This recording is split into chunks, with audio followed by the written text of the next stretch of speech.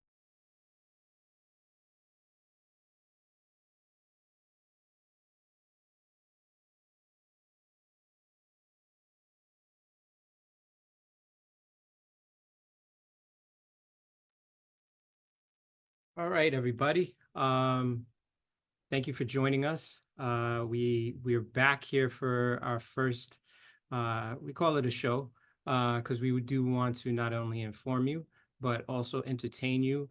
Hopefully you will take something away from our discussion here today. I have a very strong guest this month that I will introduce in just one moment. Before we do want to give you opportunity to do a little bit of trivia, maybe test your knowledge. First up, what does the SMART goal acronym stand for? Now, this may be easy. You may be used to SMART goals, but we want to make sure that we level set and make sure that we're talking from a perspective that everybody is familiar with.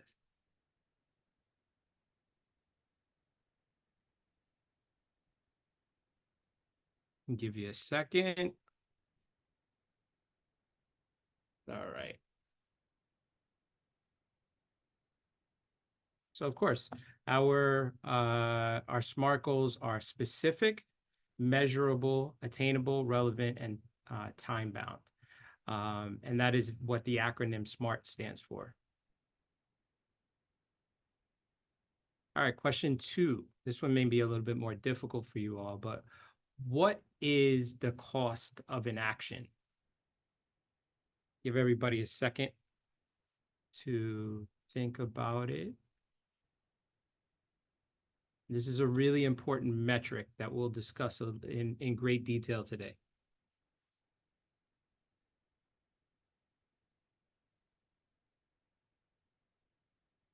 20 seconds. All right, I lied. Our cost of inaction is, oops, is the opportunity cost incurred by failing to act or displaying action when opportunities arise. So obviously there's a loss there. Our problems persist. It reflects a potential benefit that could have been gained had the action actually taken place. And we'll talk a little bit more in detail about the cost of inaction, how to measure it, why it's important as it relates to revenue in a little bit.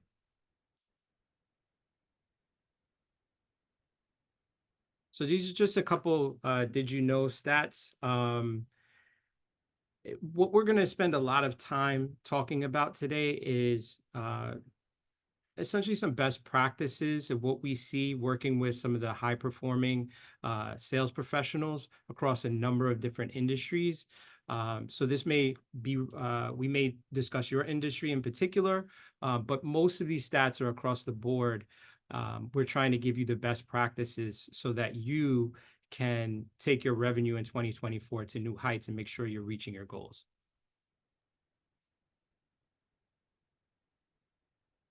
This one's really important because we've all heard of the 80-20 rule. And this is another example of the 80-20 rule. 20% of existing customers accounted for 80% of all business profits. And that's a stat from 2023.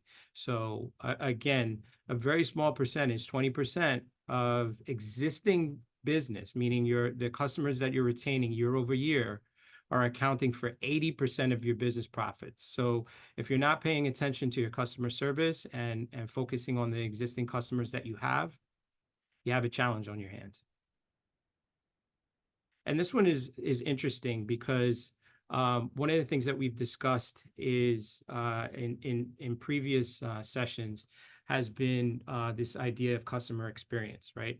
And we've all heard it subsequent to the pandemic, and especially as the younger buyers are coming into the marketplace, customer experience is paramount. And making sure that your customer experience, the buyer's journey, as marketers would call it, is one that's optimized for the customer.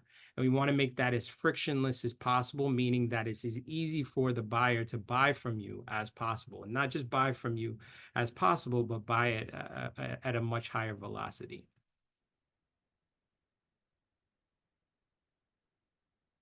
All right. So, and we'll get back to those links at the end of the discussion here. But if you didn't realize, or you want to make sure you're in the right place, this is Mission 2023 revenue goals. Now what, right? And look, missing goals is something that we've all done, right? But understanding how we miss our goals and why we miss our goals is important. And that's what we'll discuss here today, and creating a blueprint or a guide, if you will, based on some best practices for goal-driven success.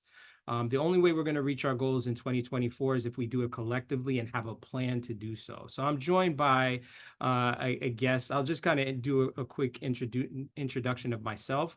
I'm Juan Perez. I'm the founder and CEO of Hybrid Media. Believe it or not, we've been around since 2004. Maybe even a little bit before that, but officially since 2004. I like to say that I'm a mad scientist, right? And our organization, we enable the right technology at the right time to help you to optimize your buying process as much as possible. So your customer service, your sales, and your marketing, or your marketing, your sales, and your customer service can work in a frictionless buying process, enabling your customers to not only buy more from you, but at a faster velocity. And I'm joined by my very, very good friend, Lyndon Brathwaite. And Lyndon is actually joining us. He's taken some time out from his preparations in the sweet, sweet TNT, the islands of Trinidad and Tobago, to join us here today as he preps for Carnival down in the islands. I'm so happy that he's joined us. Lyndon and I have met and become very, very good friends. This gentleman is amazing as it relates to sales enablement, and we're going to learn. I'm going to learn. I hope you learn as much as I am today. So, Lyndon, I'll let you kind of take a quick bow. I've given you your flowers. Now I'll give you the microphone. All right. So thank you very much, Juan. And thank you everyone to the, well, thanks a lot to the um, community, hybrid media community for just, having me here. So I am honored. I know that we had this conversation starting off in September when we met, leading all the way into now. So I'm just really happy to to add to your community and learn from your community and to be part of the community as well. So it's just as an honor for me to be here. So So, we're gonna jump right into it. And Lyndon, thank you again for allowing us to take some part of your day today. And thank you not only to Lyndon, but thank you for all of you who have joined us here on the call. We do these discussions, if you will, on a monthly basis, and we'll let you know about our next discussion. If you're not able to stay the entire time, we will make sure that we send you a link to the upcoming discussion, which on February 21st, will be about pricing. Very, very important topic, because if you don't price effectively, doesn't matter what your goals are, you're gonna miss you're gonna miss the mark. Oh man. So let's get started here. One of the things that I wanted to talk about is specifically around goal setting. And first and foremost, we talked about what a SMART goal is, right? And so often, and I'm sure Lyndon, you get this, where you'll get some prospective customers that'll come to you and they'll say, "Hey, I want to sell more. I want to be the biggest, baddest business in my industry." These are not goals. So why don't you give us sort of your approach and your concept of how you go about working with your customers as it relates to goals?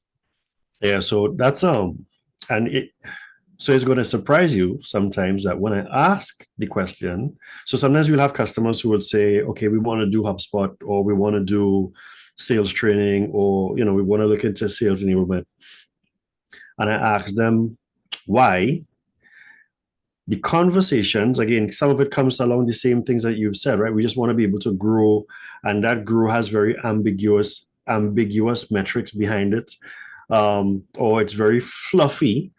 Right. And but in most instances, customers don't always have a very strategic approach towards the things that they want to achieve. They know it's a very there's a big elephant at the end of the road, whether it's at the end of the year or end of the quarter for them, even if it's 5 years down the road. But the goals and the strategies that's involved is where a lot of customers trip themselves up sometimes, and it puts a lot of additional work for us. I mean, I don't mind, but it puts additional work sometimes even on them because we now have to say, okay, now let's break that down to talk about specifically what you need to be doing to achieve that big goal. Because I'm not saying to them that the big goal, the big elephant isn't achievable or it's not the right goal. It's all the other things, all the other little goals that you need to set towards. And that's where that whole smart thing comes in, right? You want to make it specific, you want to make it measurable, you want to make it attainable. I think it's realistic and timely. And in many instances, they just have the big one without all those little things at the bottom there. So Right. yeah, we do have it on varying levels as it relates to goal setting, and that's where customers do trip up a lot of the times. Well, so let's talk a little bit about data, right? And us as HubSpot agency partners, data is at the heart of everything that we do, right?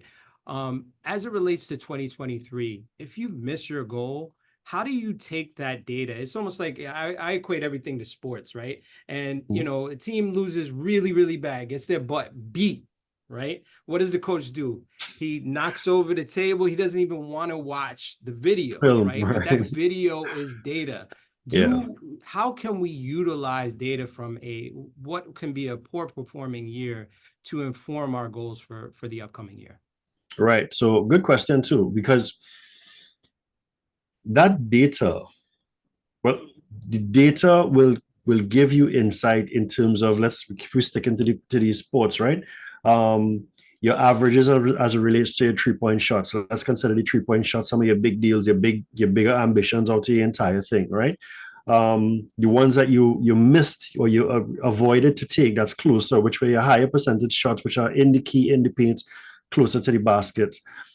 Just some of the opportunities overall where, excuse me, you didn't see an opportunity, like you missed an opportunity that was right in front of you. If you're not measuring that, and in Trinidad and Tobago, it's one of the things that we are trying to push a lot, because we use technology. People invest in all different types of technology, but it's always underutilized here. And even when customers do invest in particular tools that store data, that capture data, customers have two particular problems. One, figuring out how to go and extract the data, and two, understanding how to interpret the data to take strategic action.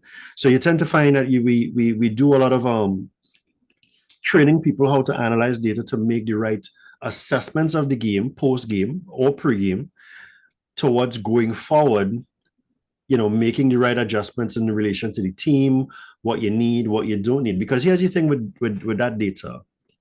The data could tell you if you're playing in the right market or not. The data could tell Mm, you if you're priced in the right way.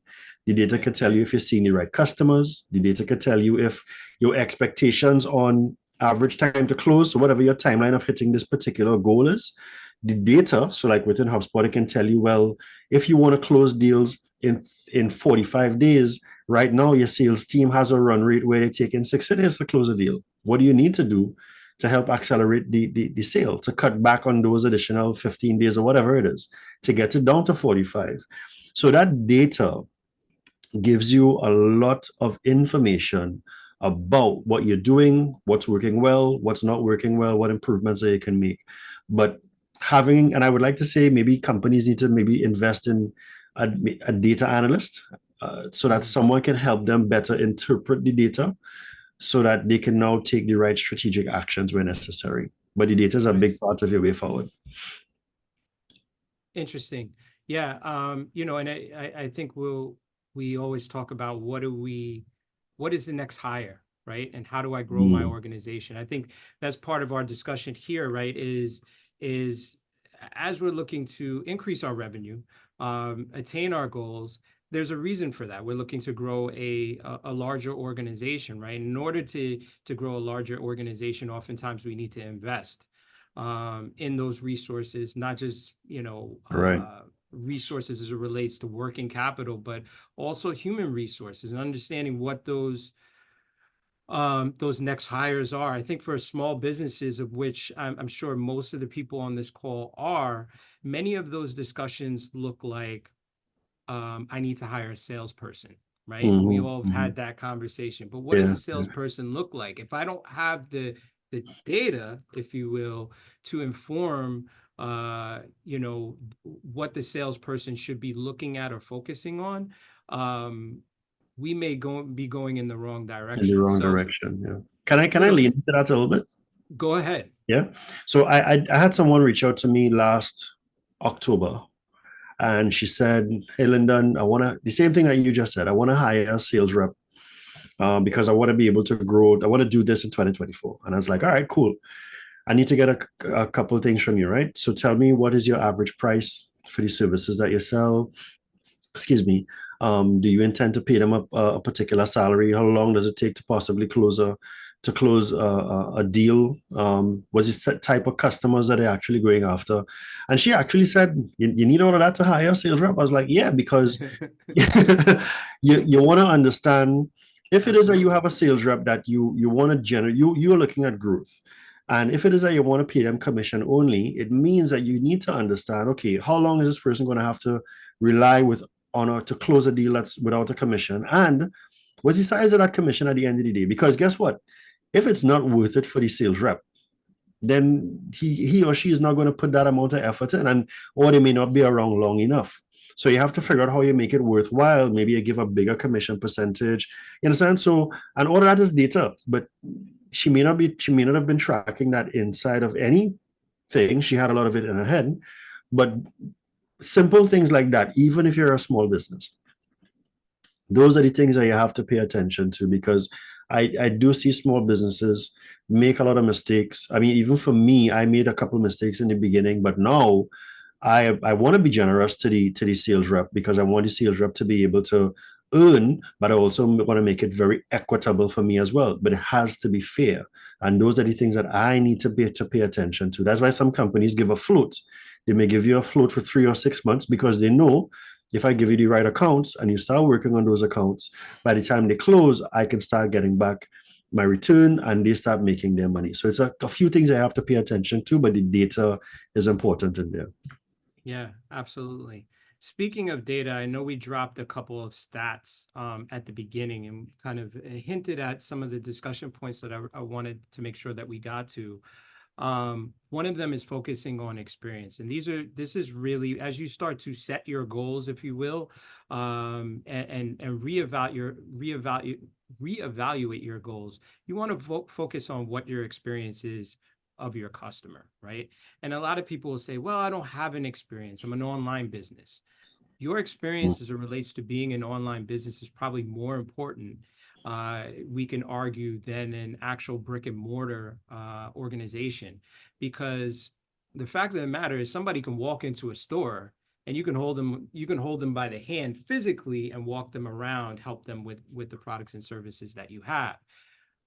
With someone who's visiting your website, they come in and they bounce. And if they don't feel like the experience they have, whether it's your website loaded slow or the information was wrong, that can be something that kills you, right? Yes. So we talked about 88% of the customers say experience a company provides is as important as the products or services. That's actually up from 80% in 2020. So since the beginning of the pandemic, we've jumped 8% as far as how customers are perceiving experience. And it does make sense. The last couple of years have been extremely, extremely rough for everyone, right? There's a lot of stressors, whether it be economic, political, global economic, geopolitical. There's all kinds of things that are going on right now. So whenever somebody's conducting business, any opportunity that we can add value into our buying process to ease the stress and make those processes more frictionless is super important. So focus on experience.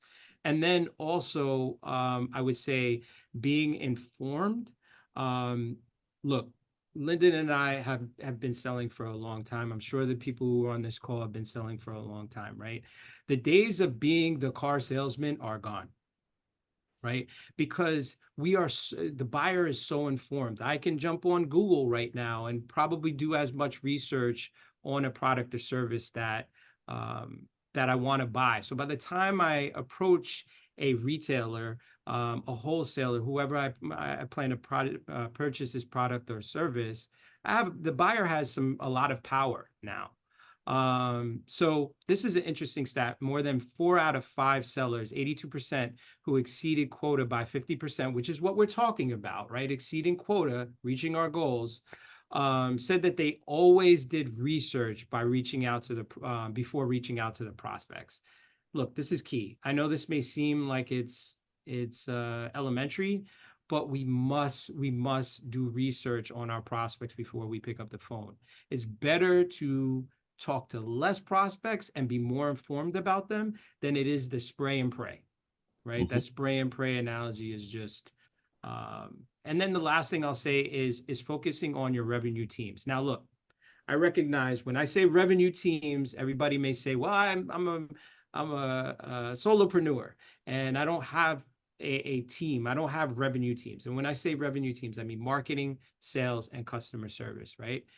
Um, but here's the thing, right? Is if we're looking to grow, if we're looking to take our businesses to the next level, we need to think in scale. And the way that we think in scale is taking the time now to document our processes that we have now. What is it, me as the marketer, the salesperson, and the customer service agent? What do I do to engage my customers? Write it down. because you're going to hire somebody to do that function at some point. You're going to hire a team to do that function at some point. How are you going to train them? So as you begin to set your goals, involve all of your revenue teams. If you don't have them, think about those processes and how you can optimize them. So just quickly to recap, focus on experience, be informed, and involve your revenue teams. Yeah, Any all thoughts on solid that, points Alan? there. No, I think they're all solid points. I would only just add to whatever everything else that you're saying, especially when it comes to that experience factor, because so much business is happening online. You want to make sure that again, that experience of whether they're connecting to you via social or via your website, that it does something. They can learn as much about you before even contacting you. So take the time and make the investment um, towards, and the investment sometimes doesn't have to be a financial investment. It could just be a time investment if you do it yourself, like myself. And you just tweak the areas, because when they hit your site, what do you want to happen? What is the experiences that you want? Or if they find you on social, what experience you want them to have? So I'll say double down on experience 100-fold. Absolutely. And I do encourage, we have the Q&A open. We'll take questions as they come along. We do have one from Michelle He. What do you reckon? I'll give you this one. What do you recommend for Sure. small business owners? Hire a sales rep or do sales yourself for a small business owner? Yeah. Michelle, I think it's going to be where it's based upon where you are in your business, in your journey. If it is that you're starting off and you believe that there is budget, there is capital, and you just want to have this massive drive that you could afford a sales rep, I will say definitely do that. However, if your business is a little bit different, or if your capital that you're starting with is a little bit small, then and you think you can do it yourself, then go ahead and do it yourself. But as exactly what as to what Juan was saying, while you're doing it yourself with the ambition of making sure that you're gonna have a team later on, document, because when that person comes in, you want the onboarding to be something where, yes, you still have to spend time with them, but at the end of the day too, you want to be able to give them some sort of material that they can read through to say, okay, this is what the processes are, because that's going to benefit you in the long run. So based upon where you are in your entrepreneurial journey, if you can, like right now, I'm 5 years in. I've tried a sales reps and it didn't always work out. And then so one person eventually moved on, and that was a good sales rep. Those are things we have to expect as well. But I'm now in the stage of rehiring. I'm looking for at least one rep, and I do have things documented. I have resources. I have tools that they can use. So all the ways that I've sold is I'm now going to be able to give that to them so they can kind of get moving fast enough, or within a specific way to ramp up in a way that I would like. Excellent. Yeah, I would just add to that. I think one of the things I always talk to other business owners is you as a CEO are always in a sales function. You can get away from almost every function, get out of the operations of your business, but you're always, always, always going to be selling. And the Selling. bigger your organization becomes, it just means that you are going to be closing bigger deals. So you may not be involved in the smaller sales processes, but you always need to be, as a CEO, you have to be involved in the sales process. Mm-hmm. Okay. So yeah, please feel free to drop any of the questions in the Q&A at the bottom tab, and we'll be addressing them as we go along or at the end. Did want to shift gears a little bit, and now that we've set up our goals, right, and we've talked about what our goals are, we feel comfortable with our goals. We feel like they're smart goals, and we know exactly where we want to go with it. What do we do now? What's next? How do we execute? What is because I think so often, and I've done this. Look, everything that I'm talking about here, I'm guilty of. Please, Right. all right? So I am guilty of this. But far too often we set goals for ourselves and then we look back on them a year from now and we say, whoa, I am way off base. I didn't reach this. I didn't even try to reach Right. this. Right. I didn't even try to reach this goal. And then there's obviously a cost associated with that, Mhm. so what do you think, Lyndon? So the question, if I had to start with what do you do next, is that you have to start taking action. You have to put things in place, right? Because your goals are not going to achieve itself, right? And you have to now begin to execute. And that's a word that everybody, we all very good planners, right? And we can all put aside the time to do the plan and write out these nice ambitious things, but the execution is where we fall short a lot. And the execution could be starting to make starting to make those phone calls, to start having those respective meetings, or starting to create content, so that you'll start building your presence based upon whatever the goal is. Your goal could be an awareness goal. So you want to start building on your awareness, interests, etc., etc. All tying back into sales, of course, right? But the objective is whatever you've written down as your SMART goals, you need to start acting on those goals. Because if you do not do that, then you stand to lose a lot. And I think this kind of segues into our inaction cost. And sometimes it's not just revenue. I have had instances where I didn't act. I was sort of dependent on customers telling me certain things. So I didn't take other actions. I almost lost my business. So at the end of the day, we have to be diligent. That's why I am always on top of things, even for myself. I try not to allow things to slide. I'm not perfect, but I try as much as possible to stay present, um, focus on certain things, and check certain boxes off. I have post-its here that I'm always using, yellow and green and blue, that represent different things, because I have to act on them, because I can't afford to lose my business, because this is what I have right now. Got it. Yeah, makes sense. I do see a hand up, Wesley. I don't know if you have a question. Just chat to me if you have a question. We can take you off mute. Well, one of the things that I did want to you broached and sort of hinted at this cost of inaction. It is by far my favorite metric, right? Mm-hmm. Because we always want to measure productivity, right? We want to measure revenue. We want to measure the size of our organizations, activity metrics. We have metrics, out the wazoo, right?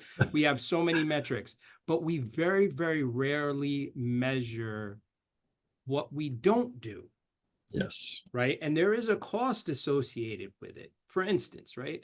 And maybe it might be helpful just to kind of read the definition of what the cost of inaction is. It is the opportunity cost incurred by failing to act or delaying action when opportunities arise. Remember, opportunities arise and problems persist. It reflects the potential benefits that could have been gained had action taken place.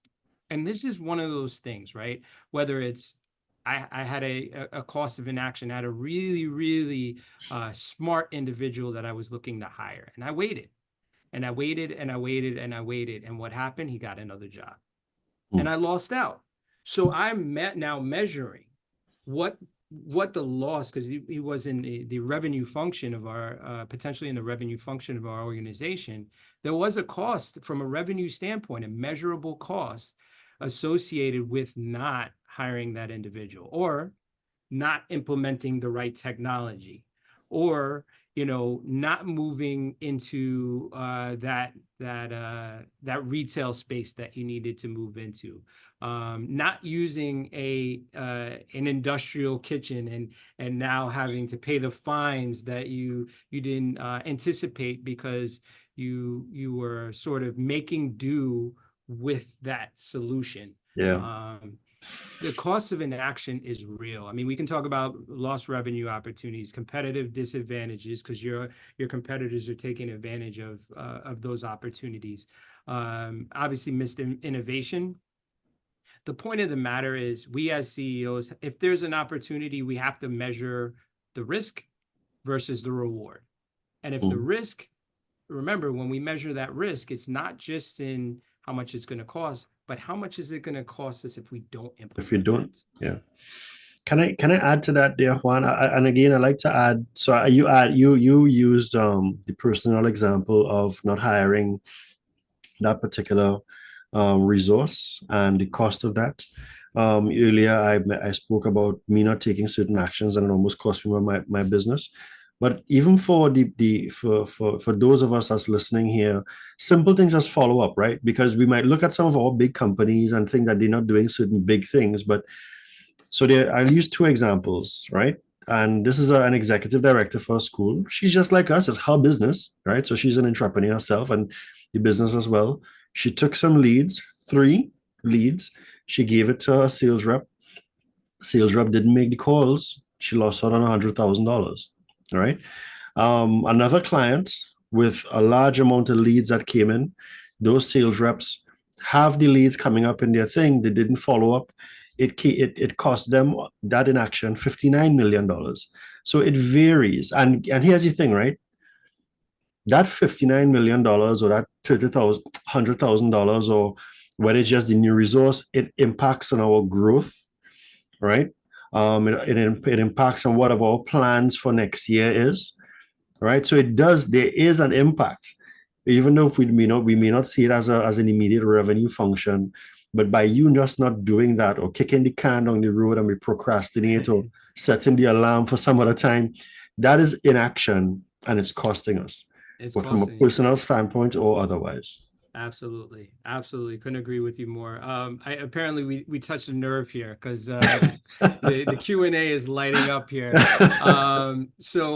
Jason Pierre, good friend. Jason, thank you for joining us. He actually said sometimes the inaction stems from frustration associated with perceived wasted effort. Mm, That's a really, really good point. Thank you, right. Jason. He also says, as email and social platforms make it difficult to actually connect with potential customers, how does one make sure your efforts can be most effective? I.e., only a small portion of your followers see your content and email are continually blocked or shifted to spam or bounced. So, how do you make sure that your efforts can be more effective with connect? And we've talked about, and look, as HubSpot partners, connected customer Right. has been the topic, the Yeah. hot topic over the course of the last 2 years, man. Yeah. You want to Yeah. take that one? Yeah. So I try not to just do so first and foremost, I wouldn't say that I have the formula. I just share with you what I do and it works. Sometimes it doesn't work always on a grand scale. But one of the things that has worked for me in staying connected with my customers is doing webinars. So once someone comes into my database, I try to stay as active. So in instances like these, I try to stay as active and as current with them by bringing information like this to the table. And by me doing that, it gives me the ability to increase on that level of connection. And sometimes I may encourage customers, if you feel like you need to share this, go ahead and share it. So what I've seen is I've seen my base grow. At the same time, I will then take that information and flip it and throw it on social media. All right. And then I will find Mm, ways to bring those people back into my database. So, but it's work. It's not an easy thing. It's all part of the strategy from the marketing standpoint. But you're right, Jason. It's harder now, and then Google has this thing coming up later this year or sometime in with the cookies thing or whatever it is. But I there's just think that still having a presence and then maybe saying the right things to the right people and for the right reasons in terms of your messaging and your content and everything else. I think those things in its own way for me um, has helped build my base and keep me connected. But it has to be one of those sort of solid, dedicated things that you do, yeah. and And not just doing it because you're checking a box to say you're doing it.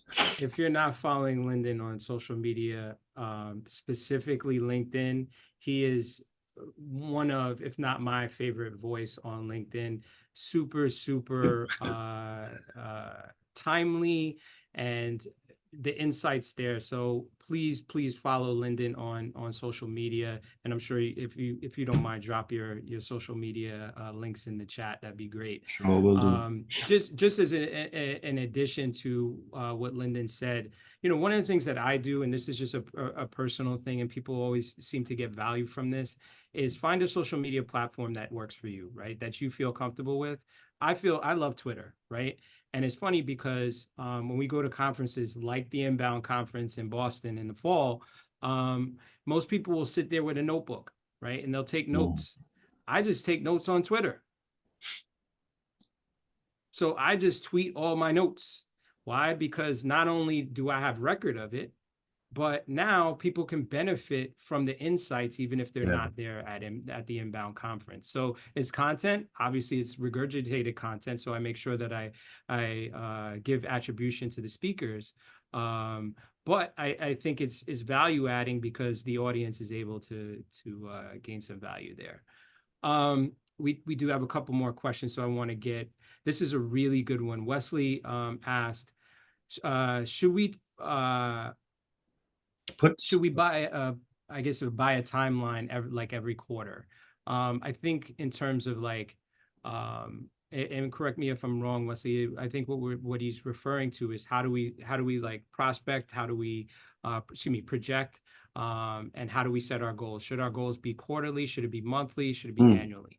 Oh, real, very good question. Again, that comes back to your business, right? So the for me, I set my based upon my business. Again, I have a 3 month time frame in terms of how I close opportunities. So I measure all of my stuff on a quarterly basis. However, one of the metrics that I measure is average time to close. So I would always measure to see if I'm in a 30, 60, or 90-day time frame. Did I do better this quarter or last quarter? How many leads did I come in?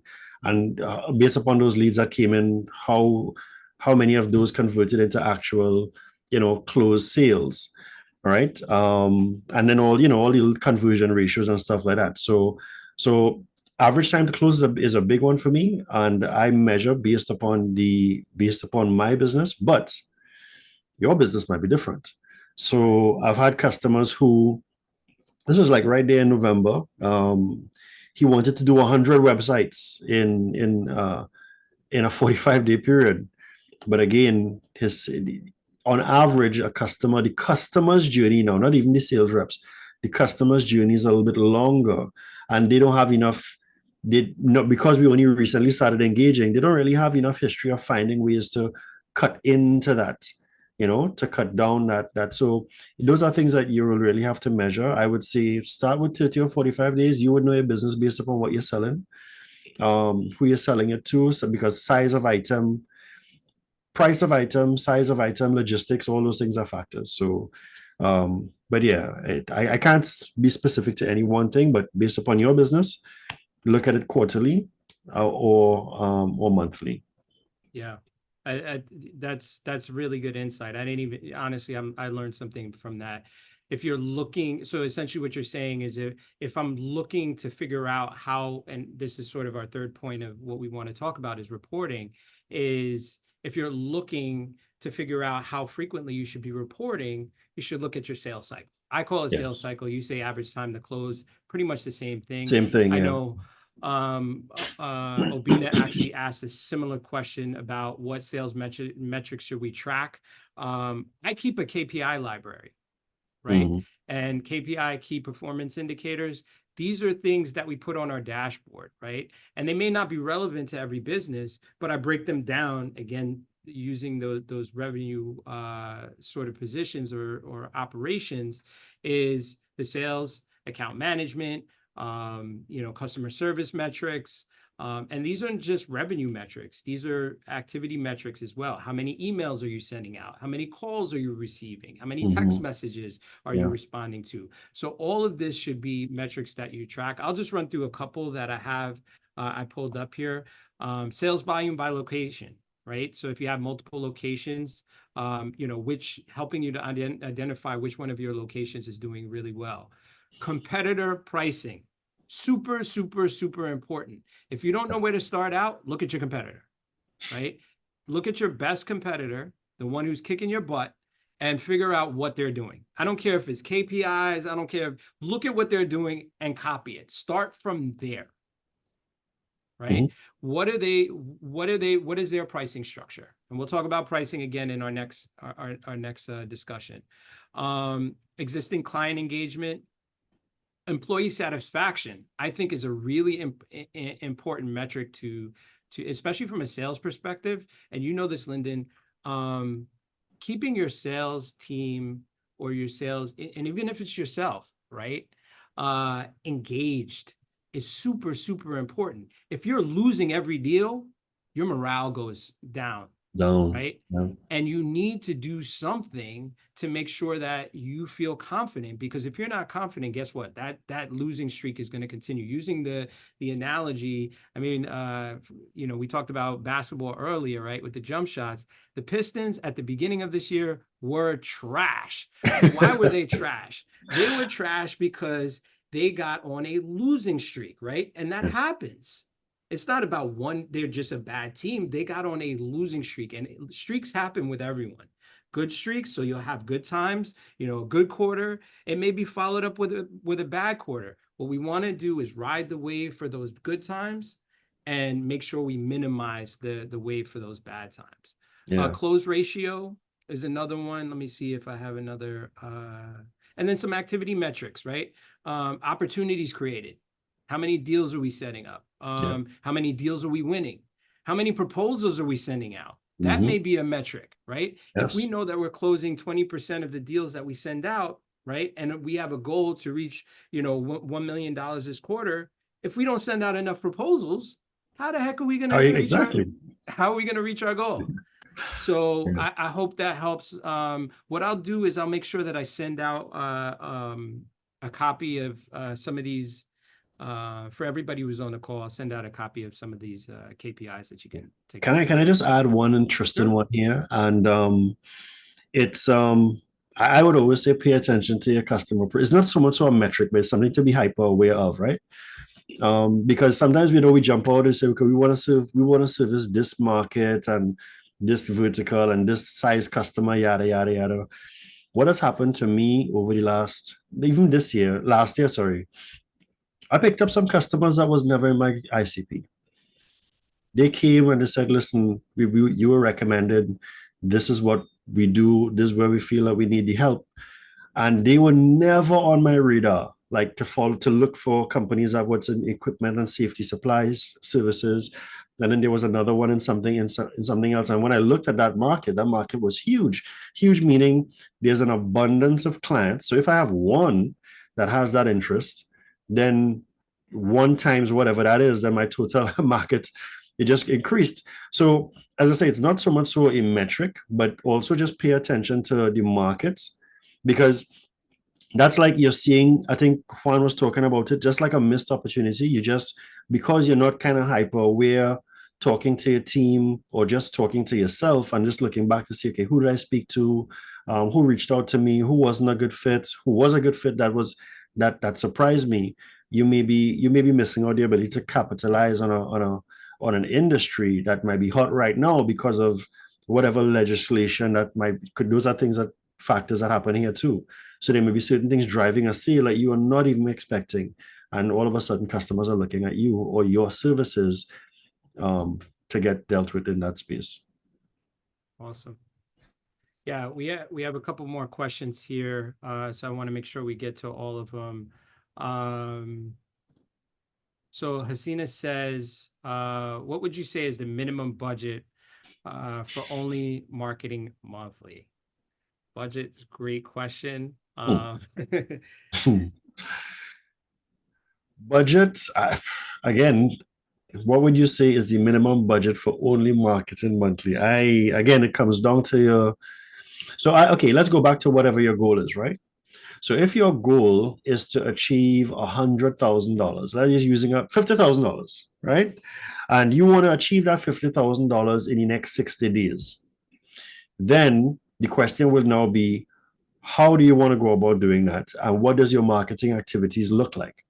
So is it that you're going to be running Google ads? Is it that you're going to be doing a whole set of social media? Is it that you're going to be doing different marketing campaigns. And again, it depends upon your business because you could also be out on the field doing pop-up shops, etc., etc. So your marketing budget really ties back into what is it that you do, where your customers are, who you're selling to, and the scale of the goal that you want to achieve in terms of whatever that revenue target. Now you could measure it from revenue target. You could say, well, we want to get 10 customers that may make up your 50K. But at the end of the day, your marketing budget has to be attuned, has to be tied back to whatever that is. So, I mean, I definitely can't give a dollar figure, but that's how I would suggest that you go about looking at it because I'm sure even in a consultation with one, those are the things he will ask you. So, what do you want to achieve? When do you want to achieve it? Who's the clientele? What do you charge now? How long does it take to normally close on average? And then you put the spend in, understanding your timelines and stuff like that. So I can't give a dollar figure, but at the end of the day, that's how you should break it down to achieve that dollar figure for that specific goal. Sure. I hope that answers your question. Yeah, I'll just add to that real quick. This I have to give a shout out to Jennifer Kita. I don't think she's on the call. And the 10,000 Small Business Program. She was one of these people that has always been very influential in my business life. And really, it's about percentages, right? It should be a percentage of your revenue. And typically there's some benchmark data. You can look up your industry. It should be unique to your industry. Again, going back to your competitors, how much are your competitors spending in marketing? Your best competitor, right?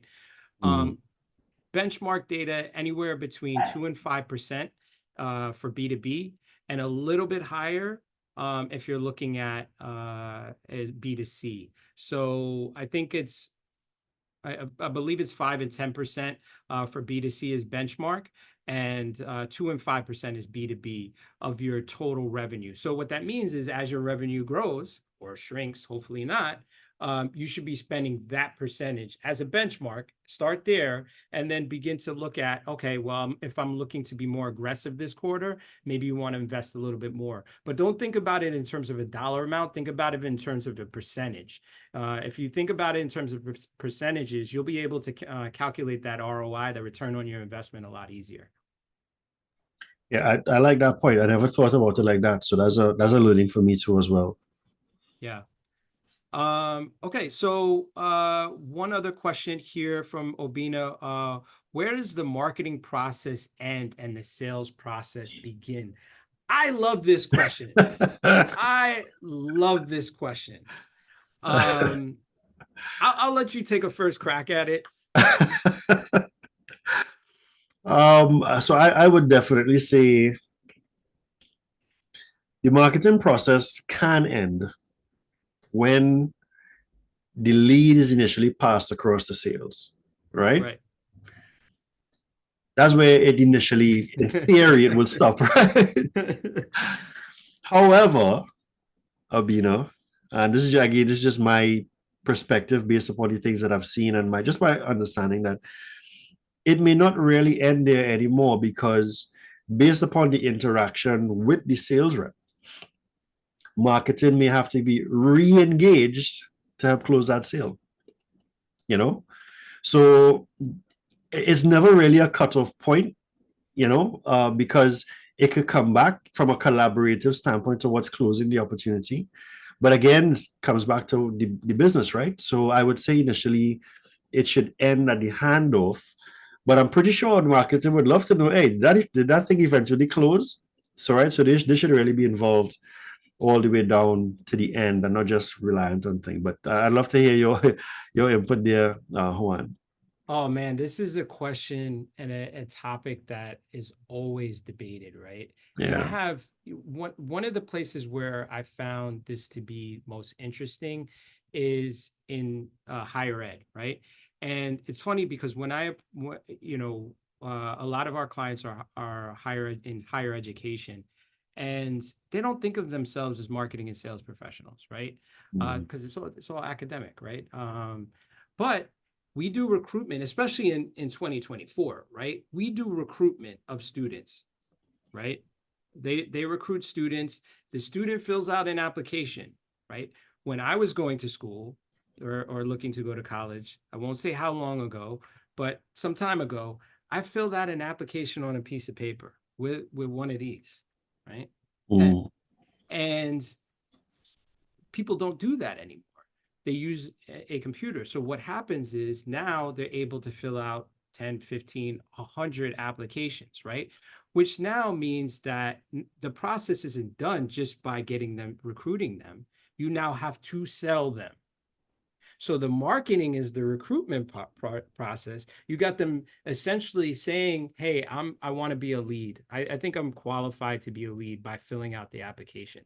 The sales process in that instance is where that individual, program director or enrollment manager, right, sales rep, now reaches out and says, "Hey, what are your professional goals? Let's talk about how Acme University can help you in making sure," because they're considering you versus another option, Yes. right?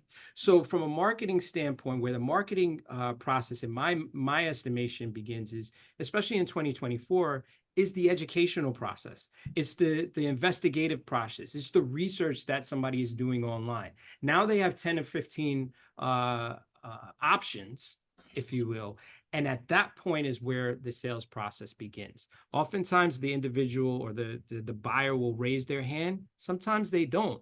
That Mhm. buying behavior, however, and this is where a system like HubSpot can come into play, is that it will showcase to us whether or not that person is interested, even though they haven't explicitly told us that they are. So at that point, we can, in HubSpot terms, we can open up a deal, or we can create an opportunity. That's a real world opportunity. A rule of thumb for me is anytime that it's appropriate for an individual salesperson to reach out to an individual customer is where the sales process begins and the marketing process ends. I personally think in 2024, especially for small businesses, you should only have one marketing individual to start and automate everything. Utilize the technology to automate your marketing process. Focus your resources on the closing of those deals. Get as many leads in play, because not all those leads are going to close. Get as many leads in play in your pipeline and focus on your process to close them. That's my opinion. Again, some other people may have some different takes on that, but it seems to work well. Yeah, solid stuff. I like that a lot, and even with the automation, that is where, a lot of that re-engagement comes in because, let's say someone says that they are a good lead, but their enrollment timeline may be May, or they as a parent looking now, but they're looking because their child is going to finish school and they're going to start in September. Right. That's the cycle. So it's a long cycle, but would we rely on the sales rep to be the one to keep following up and making that call? No. Marketing could jump back in and nurture up until that time. So again, there's so many different layers to that question. So it isn't a really nice question, but totally agree with your point there, man. So we're at time here. We want to, Lyndon, as always, learn a ton from you. I could do this for the next 3 hours, to be honest with you. Yeah. But we want to be respectful of your time, everybody's time, because I know you got to get back to the Fet. That's probably happening. Say, please save me some bacon saltfish, some bacon shark. I will be Bacon down shark. soon. And I just really appreciate you. I appreciate everybody who's joined us. We have up on a screen the opportunity to, we have a HubSpot snack. So any of the HubSpot customers, we'll send you a link to the snacks. We've also put them in the chat. Please subscribe. These are very, very quick bites every week on a Wednesday. Actually happened while we were on this call. We send out the latest updates about HubSpot. What is the new, the latest and greatest as far as the platform is concerned. We do have our webinar landing page up for pricing. More details to come on that. Please register for that. It will be February the 21st. Lyndon, thank you so much for joining us. Really, really appreciate it. Thank you, everybody. Look forward to speaking in Thank you for February. having me. Take care.